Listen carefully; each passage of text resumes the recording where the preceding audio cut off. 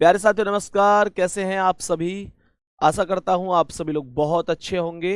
शानदार, स्वस्थ, जबरदस्त, जिंदाबाद और बहुत बढ़िया तरीके से आप लोगों की पढ़ाई चल रही होगी। तो सभी प्यारे साथी एक बार आ जाओ भाई, जल्दी जल्दी से। वेरी वेरी गुड आफ्टरनून सभी प्यारे साथियों के लिए, बहुत सारा प्यार। और सभी प्यारे वीर एक बार बताएंगे, क्या मेरी आवाज आप लोग प्रॉपर बढ़िया तरीके से सुन पा रहे हैं। प्यारे बच्चे, क्या क्लास एकदम बढ़िया चल रही है। तो आज की क्लास के लिए मैंने आप लोगों से कहा था कि भाई जो स्लॉग्स हमारा टॉपिक है उसमें एक आइदर कॉन्सेप्ट होता है, एक आइदर कॉन्सेप्ट होता है। और आइदर कॉन्सेप्ट के लिए मैंने आज आपको पढ़ाने के लिए बोला था। हालांकि स्लॉग्स का टॉपिक तो 10-15 मिनट का ही हमारा बचा हुआ है, लेकिन आज हम दूसरा टॉपिक इसी में आगे कंटिन्यू भी कर देंगे। और इस पर मैं स्लॉगिज्म के साथ उस टॉपिक को भी प्लस करा लूंगा, क्योंकि ऐसा तो है नहीं भाई 15 ही मिनट क्लास लूंगा, क्लास तो लगभग 50 मिनट तो होनी ही चाहिए। तो दूसरी चीज ये है कि आइदर कॉन्सेप्ट के बाद मैं वो चीज स्टार्ट कर दूंगा, लेकिन पहले आइदर कॉन्सेप्ट क्या होता है, कैसे वहां से क्वेश्चन बनते हैं, वो चीज हम लोग समझेंगे। जैसे ध्यान से समझेंगे, मानकर चलो कि मैंने आप लोगों से कथन बोला। मैंने आप लोगों से कथन बोला, जैसे पहला कथन है कि कुछ लड़के। पहला कथन मैंने यहां पर बोला कि कुछ लड़के खिलाड़ी हैं। मैंने यहां पर आप लोगों से एक कथन बोला है कि कुछ लड़के खिलाड़ी हैं। और फिर मैंने दूसरा कथन बोल दिया कि कुछ खिलाड़ी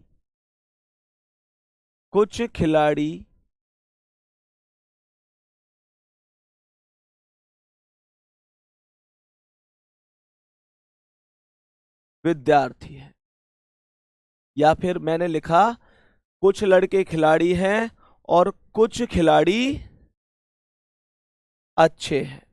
कुछ खिलाड़ी अच्छे हैं। कुछ खिलाड़ी अच्छे हैं। ठीक है। तो प्यारे साथी, अब मैंने यहां पर निष्कर्ष लिखा, या अच्छे के स्थान पर तुम कुछ और भी लिख सकते हो। तुम ऐसे भी लिख सकते हो कि कुछ लड़के खिलाड़ी हैं और कुछ खिलाड़ी होनहार हैं। होनहार हैं। होनहार हैं। तो प्यारे वीर, यहां पर निष्कर्ष समझते हैं। निष्कर्ष समझते हैं बढ़िया तरीके से। पहला निष्कर्ष पहला निष्कर्ष कहता है कुछ लड़के कुछ लड़के होनहार हैं। कुछ लड़के होनहार हैं। और प्यारे साथी, दूसरा निष्कर्ष क्या है?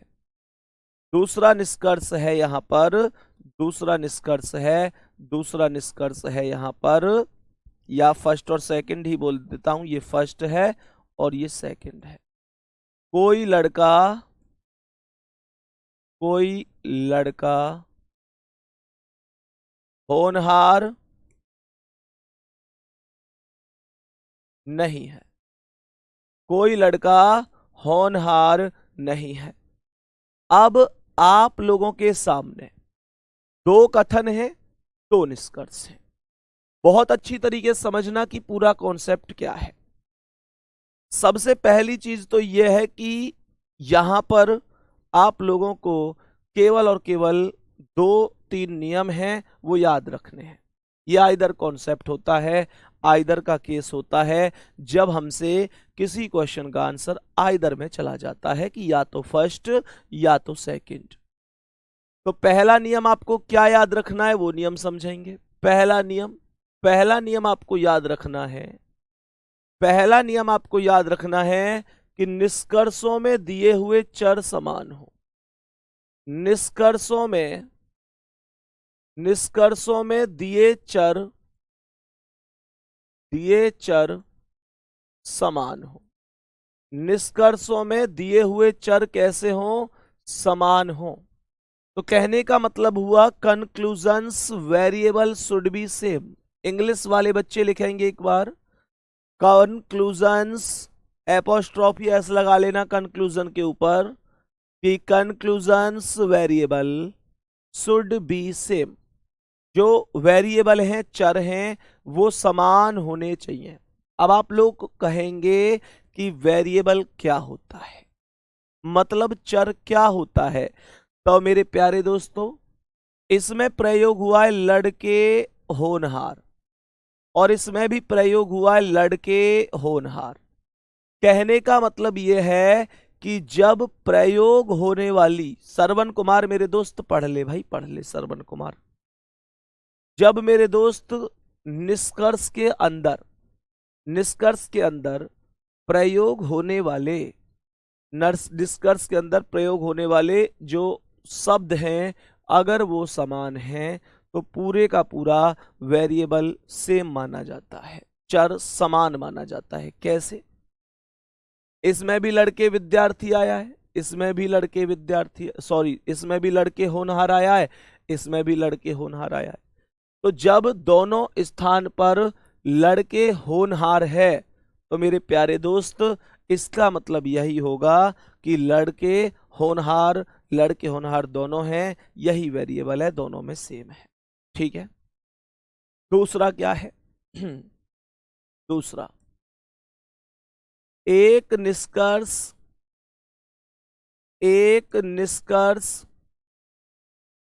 सकारात्मक हो, एक निष्कर्ष सकारात्मक हो तथा एक नकारात्मक।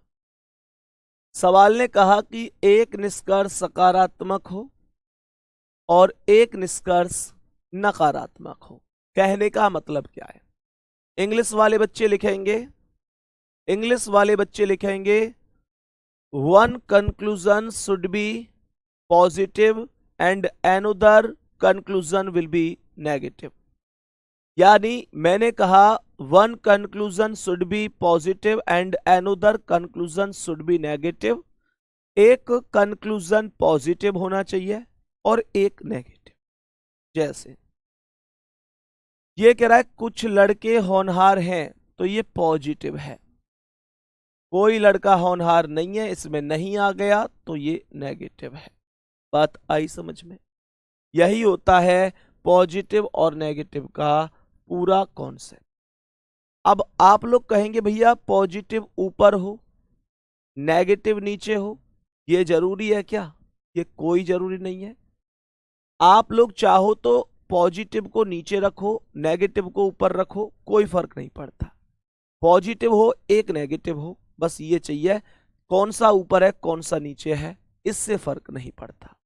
और तीसरी चीज क्या है? तीसरा स्टेप है दोनों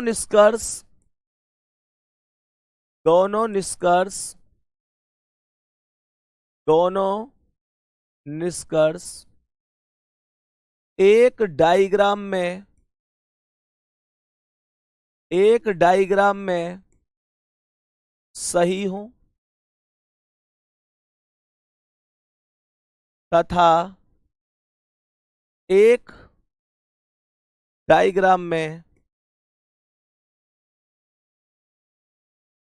गलत हो।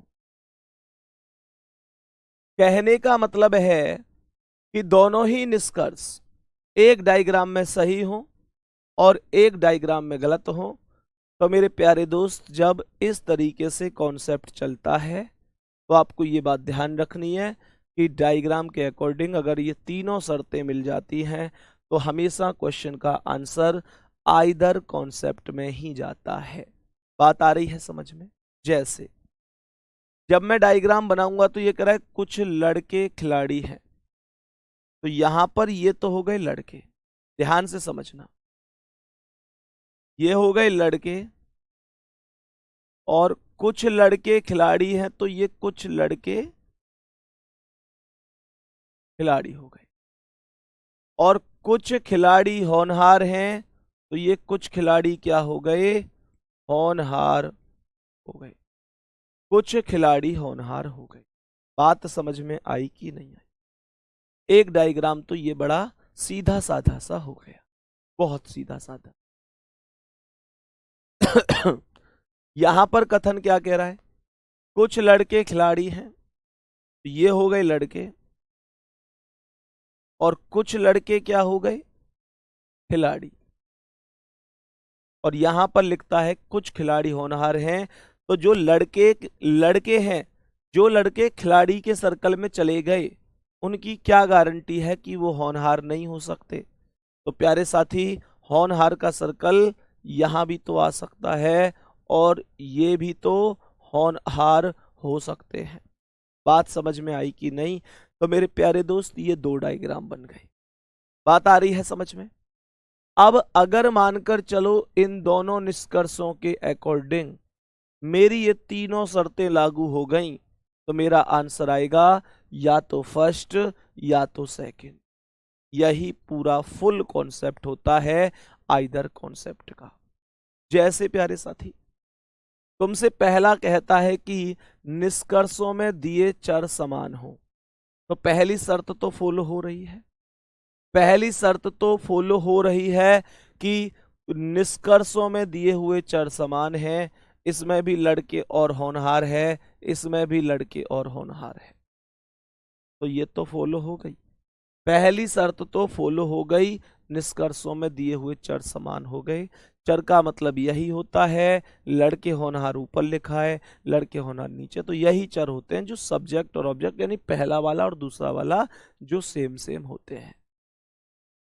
दूसरा है एक निष्कर्ष सकारात्मक हो तथा एक नकारात्मक। तो प्यारे साथी, यहाँ ऊपर वाला सकारात्मक पॉजिटिव ही तो है, और नीचे वाला नकारात्मक अर्थात नेगेटिव ही तो है। बात आ रही है समझ में?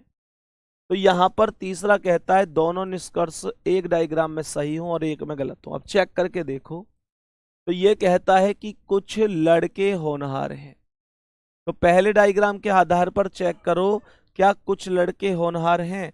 सर, लड़के अलग है, होनहार अलग है।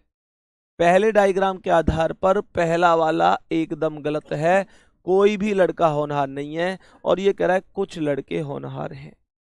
और यहां पर कोई लड़का होनहार नहीं है, ये वाला एकदम सही है, क्योंकि हमें पता है कि यहां पर कोई भी लड़का वास्तव में होनहार नहीं है, लड़के अलग हैं, होनहार अलग हैं। लड़के अलग हैं, होनहार अलग हैं, तो ये वास्तव में सही है। तो पहले वाला फिर से चेक कर लो। इसने कहा कि कुछ लड़के होनहार हैं, तो इसमें तो लड़के होनहार नहीं है, गलत हो गया पहले वाले में।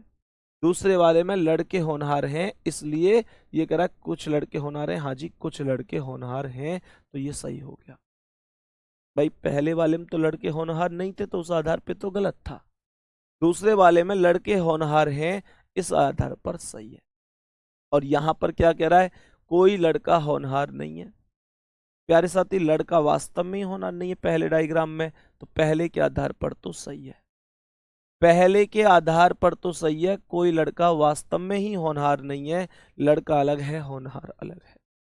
और यहाँ पर कुछ लड़के होनहार हैं, तो लड़के का सर्कल होनहार से मिला हुआ है, तो इसके आधार पर ये गलत है, क्योंकि ये कह रहा है कोई लड़का होनहार नहीं है, और यहाँ पर तो कुछ लड़के होनहार हैं, तो मैं कैसे कह दूं कि नहीं है? एक बार थम्स अप करके बताओ कितने लोगों को ये बात समझ में आ गई कि ये तीनों की तीनों शर्तें यहां पर फॉलो हो रही है? कितने लोगों को ये बात समझ में आ गई?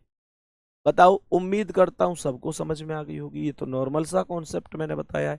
पहली शर्त ये थी कि भैया सीधा सा कॉन्सेप्ट है, our variable should be same, variable same है, दोनों स्थान पर लड़के और होनहार लिखा हुआ है। दूसरी ये थी कि प्यारे साथी, एक पॉजिटिव हो एक नेगेटिव हो, तो निष्कर्ष पढ़ के देख लो, एक पॉजिटिव दे रखा है, एक नेगेटिव दे रखा है। और तीसरी ये थी कि दोनों निष्कर्ष एक डायग्राम में सही हो, एक में गलत हो, तो चेक कर लो, एक में सही है, एक में गलत है। और प्यारे दोस्त, अगर ये तीनों शर्त फॉलो हो जाती है, ये तीनों शर्त फॉलो हो जाती हैं, तो प्यारे गुड्डा, हमेशा क्वेश्चन का आंसर बनता है सर, आंसर या तो फर्स्ट होगा या सेकंड हो। आइदर फर्स्ट और आइदर सेकंड। ठीक है भाई, बहुत बढ़िया, बहुत शानदार। सभी के मैक्सिमम जवाब हैं कि हाँ भैया समझ आ गया।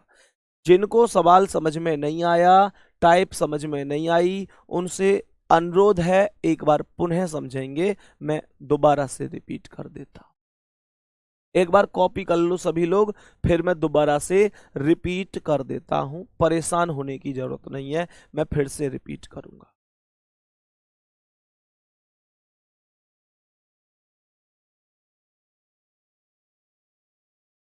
आओ भाई समझो। प्यारे साथी, इसने एक हमें सवाल दिया था, कथन इसने दिया था कुछ लड़के खिलाड़ी हैं और कुछ खिलाड़ी होनहार हैं। इसने हमें दो कथन दिए थे।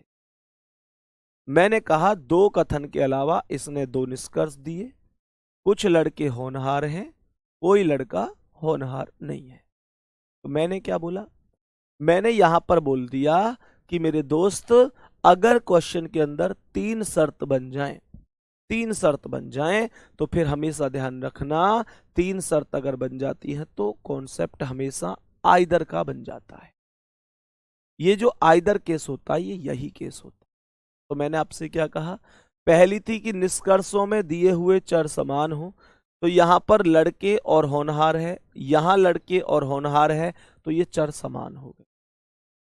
अब कह रहा है कि एक निष्कर्ष सकारात्मक हो एक नकारात्मक, तो ये सकारात्मक है, कुछ लड़के होनहार हैं, और ये नकारात्मक है, कोई लड़का होनहार नहीं है। और तीसरी थी, ये दोनों के दोनों निष्कर्ष एक डायग्राम में तो सही हो। जैसे आपने दो डायग्राम बनाए, तो दो डायग्राम में से एक डायग्राम में सही हो, एक डायग्राम में गलत हो। तो ये पहला वाला, भाई मैंने दो डायग्राम कैसे बनाया, ये कह रहा है कुछ लड़के खिलाड़ी हैं, तो कुछ लड़के का सर्कल खिलाड़ी से मिल गया, और कुछ खिलाड़ी होनहार है, तो कुछ खिलाड़ी का सर्कल होनहार से मिल गया।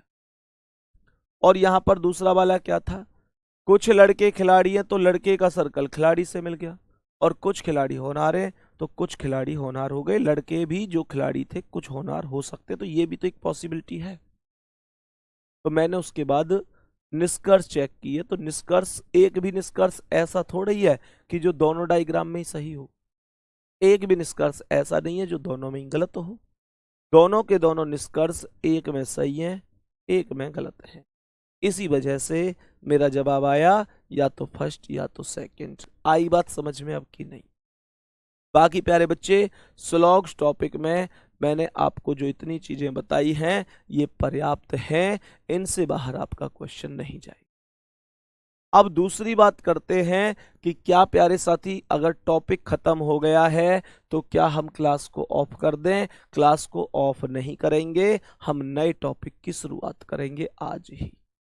एक बार थम्स अप कर दो, क्या तुम तैयार हो प्यारे बच्चे? आज हम शुरुआत करेंगे काउंटिंग फिगर की, यानी कि आकृति के अंदर कितने त्रिभुज हैं, कितने वर्ग हैं, कितने आयत हैं, ऐसे करके जो काउंटिंग होती, सही है, काउंटिंग होती है विद ट्रिक, विद कॉन्सेप्ट। मैं आपको सिखाऊंगा कि कैसे हम उन चीजों को बहुत आसानी से सॉल्व कर देते हैं।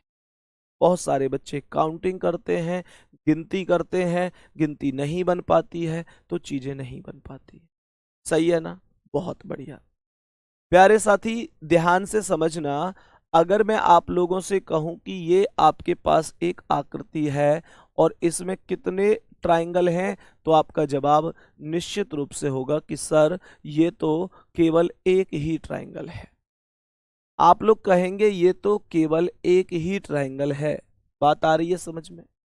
एक ही ट्रायंगल है। अब ये भी वास्तविकता है कि ये पेपर में तो नहीं आएगा, इतना आसान कोई पेपर में थोड़ी आएगा। ट्रायंगल की तीन भुजाएं होती हैं, तीन भुजाएं होती हैं, तीन भुजाओं से घिरी हुई आकृति को ट्रायंगल कहते हैं। तो प्यारे साथी, यहां पर मैंने कहा ये एक ट्रायंगल है, लेकिन ये पेपर में नहीं आएगा। अगर मैं आप लोगों से कहूं कि ये कितने ट्रायंगल हैं, तो आप लोग मुझे बताएंगे ये कितने ट्रायंगल हैं, आप लोग मुझे बताएंगे कि ये टोटल कितने ट्रायंगल दिख रहे हैं, तो मैं कितने त्रिभुज दिख रहे हैं बताने की कोशिश करो। सभी प्यारे साथी एक बार बताने की कोशिश करेंगे। अमित कुमार कह रहे हैं आपने इसमें दो फिगर क्यों बनाए हैं, बताइए सर, इसमें नेगेटिविटी नहीं है कथन के अंदर। बेटा दो कथन क्यों बनाए हैं? अगर ऊपर की दोनों शर्तें मिल रही हैं क्वेश्चन के अंदर तो दो ही डायग्राम बनाने हैं। मेरी बात सुनो, तुम्हारा क्वेश्चन बहुत अच्छा है मेरे भाई। तुमने कहा जब कथन के अंदर नेगेटिविटी नहीं है तो आपने दो डायग्राम क्यों बनाए। सुन लो ध्यान से, अगर ये दो शर्त निष्कर्ष में फॉलो होती हैं, एक कंडीशन तो वो होती है ही कि कथन में नेगेटिविटी हो, निष्कर्ष में नेगेटिविटी हो, तो दो की नीड होती है। लेकिन एक दूसरा कॉन्सेप्ट ये भी होता है कि अगर मानकर चलो कथन में बेशक कोई नेगेटिविटी नहीं है लेकिन निष्कर्ष के अंदर ये ऊपर की दोनों शर्तें फॉलो कर रही हैं, निष्कर्ष के अंदर ऊपर की ये दोनों शर्तें फॉलो कर रही हैं। पहली कि भैया वेरिएबल सेम है, चर समान है, और दूसरी एक पॉजिटिव है एक नेगेटिव है, तो हम लोग निश्चित रूप से फिर दो डायग्राम बनाते हैं। और फिर डायग्राम के अंदर एक ये शर्त और फॉलो हो जाए जो तीसरे नंबर पे लिखी हुई है, फिर कॉन्सेप्ट आइदर का चला जाता। सही है? बताओ भाई इसमें कितने ट्राइंगल हैं?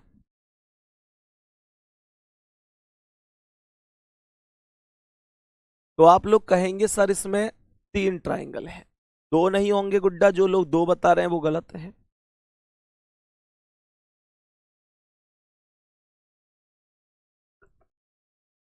जो लोग दो बता रहे हैं वो गलत है। अब मानकर चलो सवाल थोड़ा सा और बड़ा बन गया। अब मानकर चलो सवाल थोड़ा सा और बड़ा बन गया, इस तरीके से बन गया। तो अब आंसर कैसे निकालूंगा? प्यारे साथी मानकर चलो अब सवाल इस तरीके से बन गया, अब की बार और बड़ा सवाल बन रहा है। कहने का मतलब यह है कि काउंटिंग करने का तो पेपर में टाइम आपको नहीं मिलेगा, काउंटिंग करने का टाइम तो आपको पेपर में मिलने वाला नहीं है। तो करना तो आपको कुछ ऐसे ही है जिससे कि आप डायरेक्ट आंसर कर पाओ। सही है? ध्यान से समझो।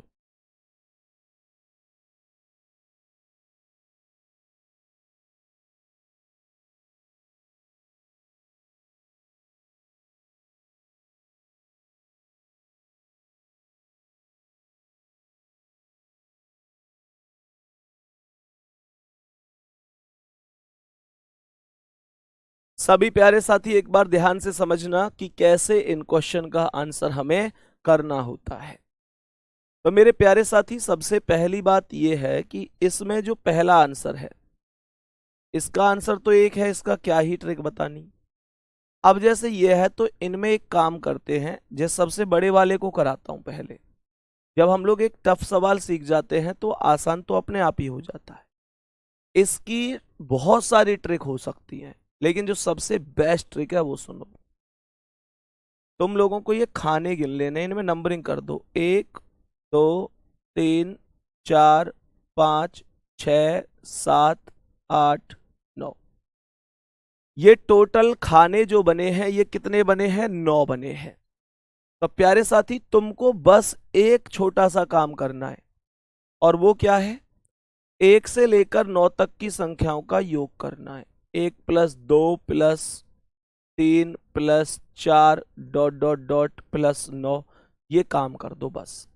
कहने का मतलब है 9 तक की संख्याओं का योग कर दो, और 9 तक की संख्याओं के योग का मतलब सीधा सा है कि 1 + 2 + 3 + 4 + 5 + 6 + 7 + 8 + 9, और सबको आपस में जोड़ोगे तो टाइम लगेगा।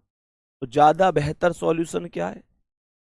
ज्यादा बेहतर सॉल्यूशन ये है कि लगातार संख्याओं के योग वाला फॉर्मूला लगा दो जो गणित में खूब पढ़ते आए हो, n + 1/2। n का मान हमेशा मैक्सिमम नंबर होगा। मैक्सिमम नंबर कितना है? 9। और ब्रैकेट खुलेगा तो गुणा लगेगा, n + 1 मतलब 9 + 1 10, और 2 से भाग। 2 पंजे 10 और 9 पंजे 45।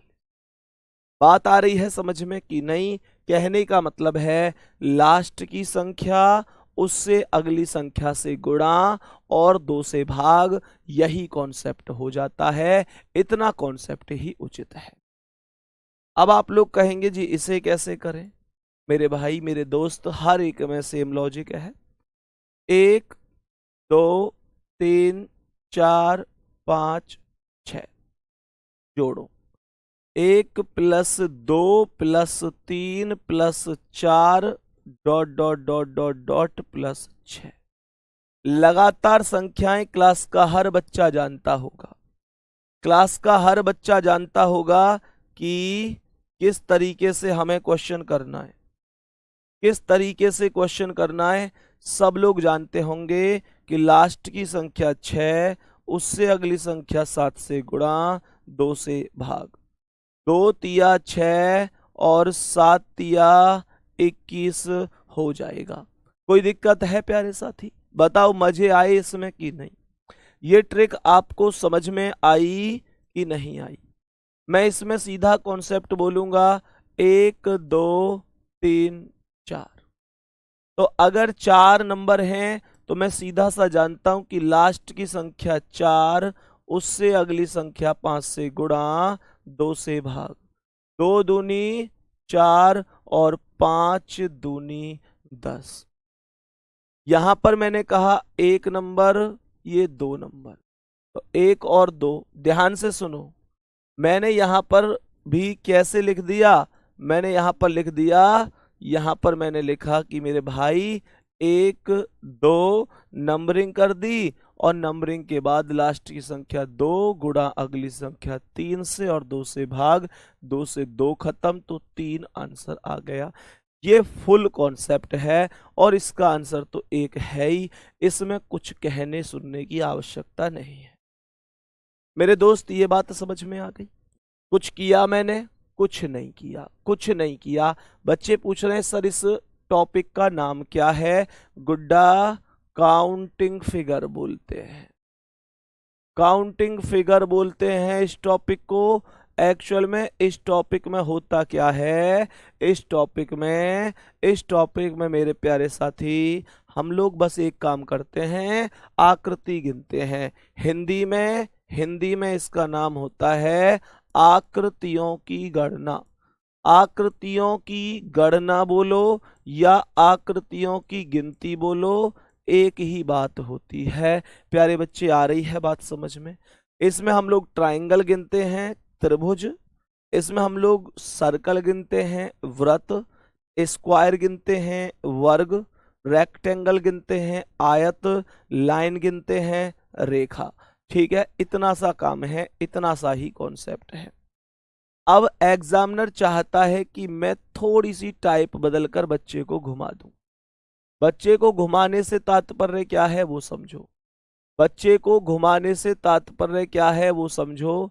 तो प्यारे साथी, यहां पर ध्यान से समझना, मैंने यहां पर क्या बोला? इस तरीके से एग्जामिनर ने इस तरीके से, अब की बार इस तरीके से हमसे क्वेश्चन पूछा, ऐसे करके। अब एग्जामिनर ने ऐसे करके क्वेश्चन पूछा तो ये टाइप थोड़ी सी उस टाइप के डिफरेंट में चली गई, ये टाइप दूसरी टाइप के डिफरेंस में चली गई। गौर से समझना किस तरीके से। अब जैसे ये दूसरा क्वेश्चन हो गया, ये दूसरा क्वेश्चन हो गया, करने की कोशिश करो भाई, करने की कोशिश करो क्वेश्चन को जल्दी से, और बताओ क्या क्या इनके आंसर होंगे, क्या क्या इनके आंसर होंगे। सभी प्यारे साथी एक बार आंसर बताते चलो, क्या क्या आंसर हो सकते हैं। ठीक है, अब ध्यान से समझना क्या करना है, कैसे सवाल का जवाब जल्दी आएगा। तो ये आएगा, सबसे पहले जैसे ये सवाल है तो ऐसे परेशान नहीं होना कि अब कैसे करूंगा, मैं क्वेश्चन नहीं कर पाऊंगा। सही है, देखो ध्यान से। तुम लोगों को क्या करना है कि सबसे पहले पहले की तरह नीचे यहां नंबरिंग करनी है, 1 2 3 4। प्यारे गुड्डा कॉन्सेप्ट लगाओ, लास्ट की संख्या 4, मतलब आंसर निकालो, 4 गुणा 5/2 और 2 दूनी 4 और 5 दूनी 10 आ गया।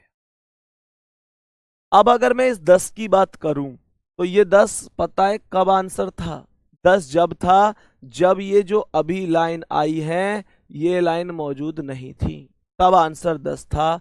लेकिन हम लोग बेहतर जानते हैं कि अब यहां पर प्यारे साथी ये लाइन आई है, और अगर ये लाइन आई है तो जब कभी भी लाइन आएंगी तो मेरे प्यारे वीर, लाइन आएंगी तो ये बात ध्यान रखना, लाइन आने के बाद इस आकृति को टोटल ऐसे कितनी लाइन आई है, मतलब इसके टोटल इस तरीके से कितने हिस्से बने हैं, उन हिस्सों को काउंट जरूर करना है।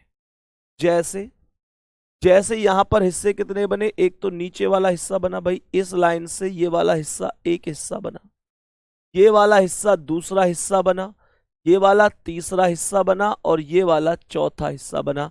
कहने का मतलब ये हुआ कि मेरे प्यारे दोस्त, एक हिस्सा, दो हिस्सा, तीन हिस्सा, चार हिस्सा, टोटल हिस्सों की जो संख्या बनी वो 4 बनी। टोटल हिस्सों की संख्या 4 बनी तो 10 में 4 की कर दी गुणा, 10 में 4 की कर दी गुणा तो 10 चौके 40 हो गया। यही आंसर होगा प्यारे साथी, यही आंसर होगा। समझ में आ गई बात की ना? अब इस सवाल पर आओ। यहां पर सेम वही कॉन्सेप्ट है, 1 2 3 4 5 6, 6 तक नंबरिंग गई है। नंबरिंग 6 तक गई है तो मैं क्या करूंगा, इन सबको आपस में योग करूंगा, तो ये आएगा 6 गुणा 7/2 भाई, n+1/2 तो लगाया, 2 तिया 6 और 7 तिया 21 आया, 7 तिया 21 आया। लेकिन मैं इस बात को बेहतर जानता हूं कि 21 सही आंसर नहीं है, 21 सही आंसर नहीं है।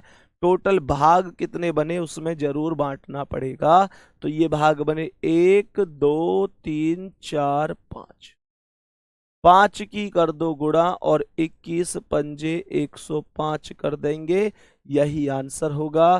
प्यारे साथी बात आई समझ में कि नहीं? थम्स अप कर दो कि भैया बात समझ में आई है। एक बार जल्दी से बोलो, बात समझ में आई है कि नहीं आई है? इतना सा कहानी समझ में आया? अब नेक्स्ट क्वेश्चन को समझो।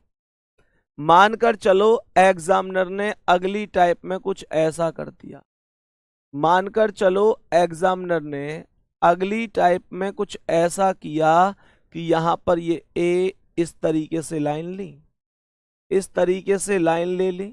अब ध्यान से समझना, इस बार क्वेश्चन थोड़ा सा बढ़िया टाइप का है। यहां से ये लाइन यहां तक रोक दी, ये लाइन यहां तक ले ली, ये लाइन यहां तक ले ली और ये लाइन यहां तक।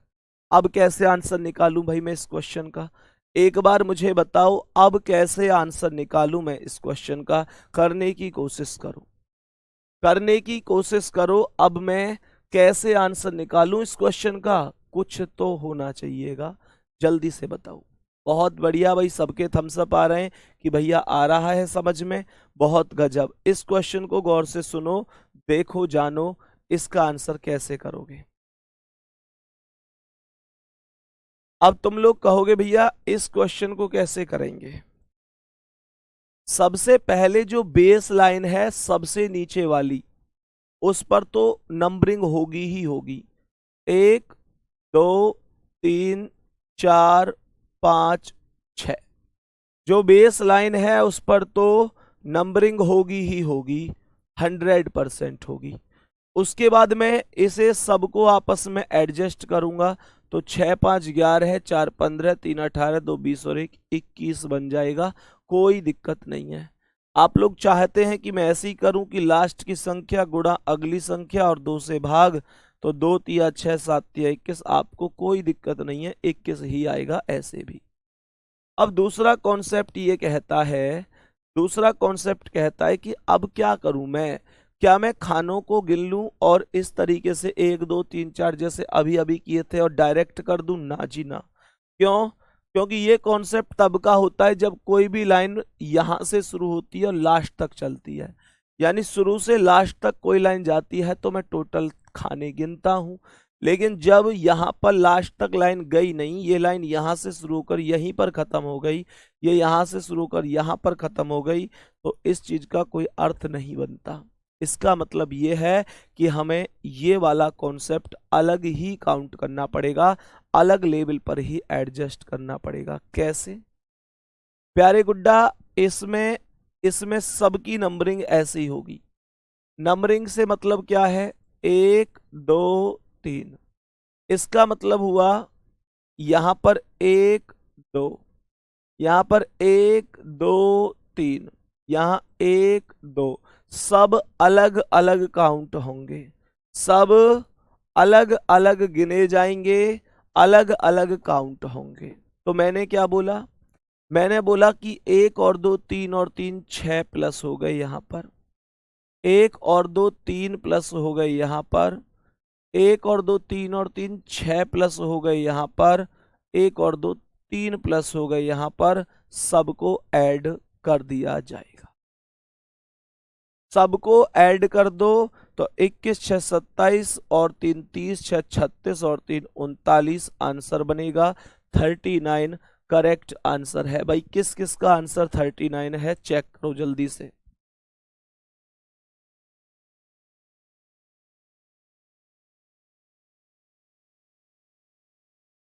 बताओ, यहां तक बताओ, क्या सवाल ओके है? सब कुछ समझ में आया है? ठीक है। अब नेक्स्ट क्वेश्चन क्या कहता है, ध्यान से समझना। नेक्स्ट क्वेश्चन क्या कहता है? नेक्स्ट क्वेश्चन कहता है कि मेरे भाई अगर मैं इस तरीके से एक और क्वेश्चन करूं, समझने की कोशिश करना भाई, करके दिखाना इस सवाल का आंसर, करके दिखाना इस सवाल का आंसर कैसे करोगे।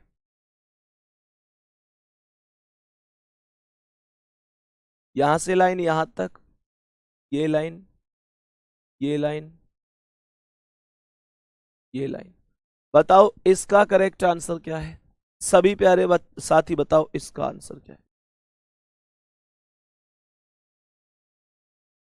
बताओ भाई जल्दी से, इस प्रश्न का सही आंसर कैसे करोगे?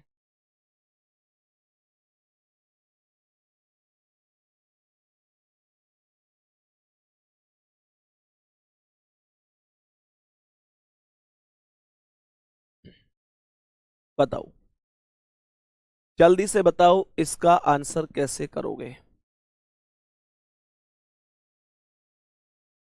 लाइनों को लिखना शुरू करेंगे। सर ये कहां तक जा रही है? 1 2 3 4 5 6 7 8, बेस लाइन 8 तक गई। जोड़ो इनको, जोड़ो इनको। 8 7 15 6 21 5 26 4 30 3 33 2 35 और 1 36, ये 36 बन गया। 8 7 15 6 21 5 26 4 30 3 33 2 35 और 1 36, ये 36।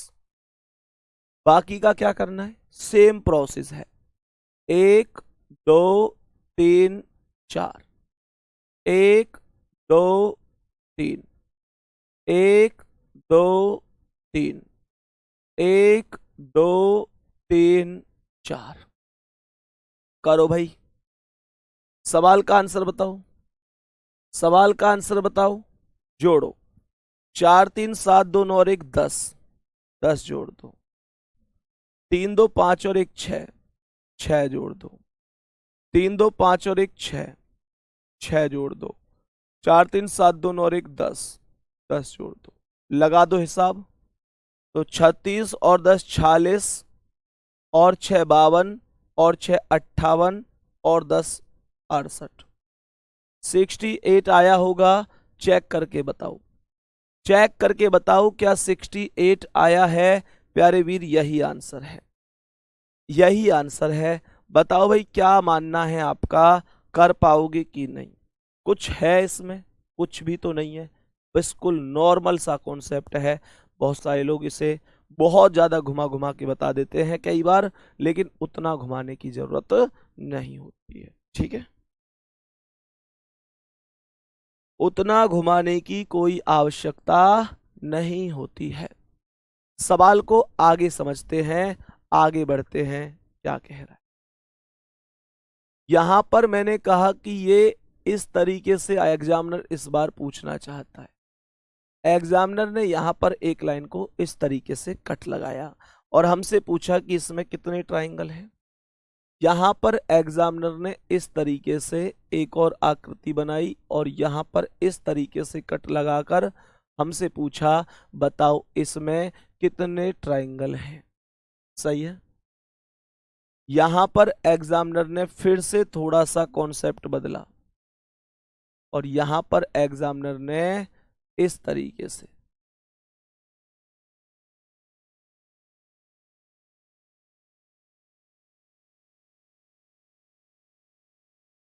इसमें कितने ट्रायंगल हैं और लास्ट में एग्जामिनर ने एक क्वेश्चन यहां दे दिया।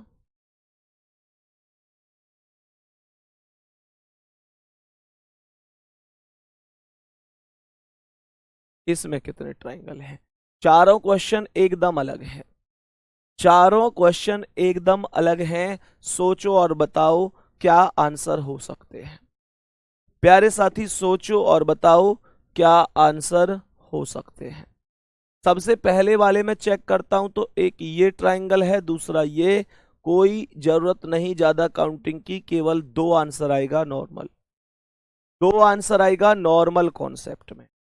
जरूरत पड़ेगी इसमें ट्रिक लगाने की, जरूरत पड़ेगी इसमें ट्रिक लगाने की। तो कैसे करोगे सर? यहां पर जब आप इसे लिखोगे तो 1 2 3 4 खाने तो छोटे छोटे हैं, 4 खाने तो छोटे छोटे हैं। उसके बाद मेरे प्यारे दोस्तों एक ये वाला ट्रायंगल ट्रायंगल है कि नहीं है, ये वाला ट्रायंगल ट्रायंगल है कि नहीं है। एक ये ट्रायंगल हुआ, उसके बाद इधर साइड को ऊपर दूसरा ट्रायंगल होगा, ये दूसरा ट्रायंगल हुआ। प्यारे साथी दो हो गए। अब इस वाली लाइन से एक ट्रायंगल ऊपर हुआ और इसी लाइन से एक ट्रायंगल नीचे हुआ, तो ये 4 ट्रायंगल और हो गए। 4 ट्रायंगल छोटे थे, 4 ट्रायंगल और हो गए, तो टोटल जो ट्रायंगल बन गए, टोटल ट्रायंगल की संख्या कितनी बन गई? टोटल ट्रायंगल की संख्या 8 बन गई। टोटल ट्रायंगल की संख्या 8 बन गई। और कैसे वैल्यू आ सकती है? क्या मैं इसे बार बार काउंट करूंगा? ना। हमेशा ध्यान रखना, जब किसी वर्ग या आयत की भुजाएं आपस में एक दूसरे को, दो या दो से अधिक भुजाएं, ये भी ध्यान रखना, जब किसी वर्ग या आयत की दो या दो से अधिक भुजाएं परस्पर एक दूसरे को काट रही हों, तो प्यारे साथी कुल खाने गिन के दो की गुणा करते हैं। खोल दो इसे। कुल खाने गिनकर दो की गुणा कर दी जाती है। कहने का मतलब क्या हुआ? बात को ध्यान से समझना। कहने का मतलब ये हुआ कि यहां पर टोटल खाने गिनो कितने हैं, 1 2 3 4। और सर 4 में अगर 2 की गुणा करोगे तो क्या आंसर आएगा? भाई नंबरिंग करके चेक कर लो। यहां पर हमने कहा 2 ही थे, यहां 1 2 3 4 और 4 में 2 की नंबरिंग की गुणा करोगे तो 4 दूनी 8। बात आ रही है समझ में? आप लोग इस बात को समझो कि 4 का 2 गुना कितना हुआ? 8। लिख देता हूं पूरा डिटेल में कि अगर 4 का 2 गुना करोगे, ऐसे भी समझ सकते हो, तो 8 हो जाएगा। हर बार 2 गुना किया जाता है, ये बात चेक करने लायक, याद रखने लायक है। यहां पर कितने नंबरिंग है? 1 2 3 4 5 6। और मेरे दोस्त 6 का 2 गुना 12 होगा। 6 का 2 गुना 12 हो जाएगा। यहां पर नंबरिंग लिख लो अपनी भाषा में इन चीजों को कि टोटल खाने गिनकर 2 की गुणा की जाती है। सही है, पर शर्त यह है कि यहां पर तिरछी रेखाएं कोने तक जानी चाहिए, कोने तक, चारों कोनों तक लाइन होनी चाहिए और कम से कम 2 भुजा तो आवश्यक रूप से होनी चाहिए। बाकी 3 हो 4 हो उससे विशेष कोई दिक्कत नहीं होगी। यहां पर समझेंगे 1 2 3 4 5 6 7 8 और 8 का 2 गुना 16 होगा। बात समझ में आ गई होगी। जल्दी जल्दी में यहां पे ऐसा मत कर दियो कि ये 1 खाना, ये 2 खाना और 2 का 2 गुना 4 कर दो। कंडीशन बताई है कि हमेशा ध्यान रखना है कम से कम 2 भुजाएं और ज्यादा से ज्यादा कितनी भी, पर कम से कम तो 2 जरूर होनी चाहिए जो एक दूसरे को विभाजित करनी चाहिए। लेकिन यहां पर चेक करो, क्या यहां पर एक भुजा ही तो है? क्या यहां पर दूसरी कोई भुजा है? नहीं है। और अगर नहीं है तो कॉन्सेप्ट ये बनेगा।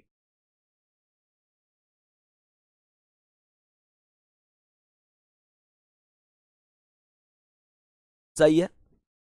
तो ये कॉन्सेप्ट होता है, समझ में आया होगा। अब ध्यान से सुनना।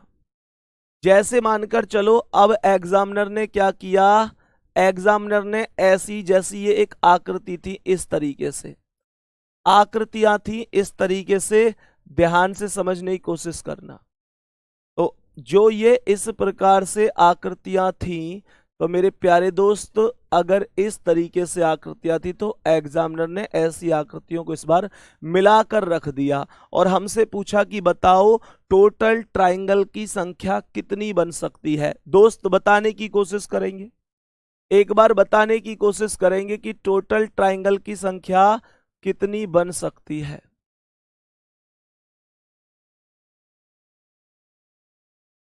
एक बार मेरे दोस्त, मेरे भाई बताने की कोशिश करो कि टोटल ट्राइंगल की संख्या इसमें कितनी बन सकती है। जल्दी से बताओ, जल्दी से बताओ भाई, कितनी बन सकती है टोटल ट्राइंगल की संख्या।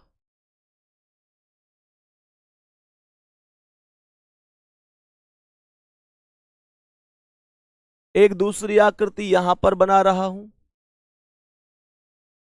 इसमें भी बता देना कि टोटल कितने ट्राइंगल बनेंगे।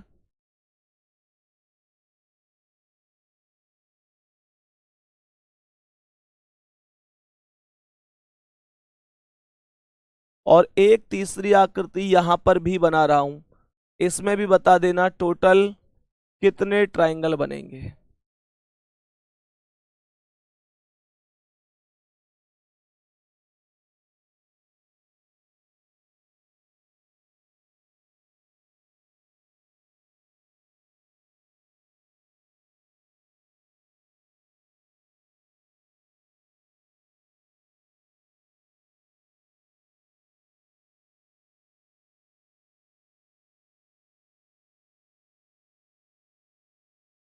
बताओ भाई।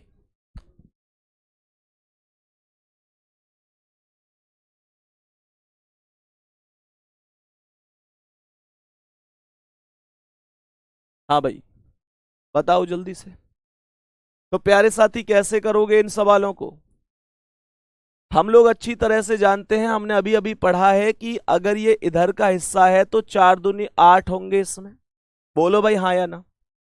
जो मैंने कहा मानकर चलो ये अलग अलग नहीं है, मानकर चलो ये अलग अलग नहीं है, तो क्या इसमें 4 दूनी 8 होंगे? तो क्या प्यारे साथी 4 दूनी 8 इसमें भी होंगे? हाँ जी होंगे।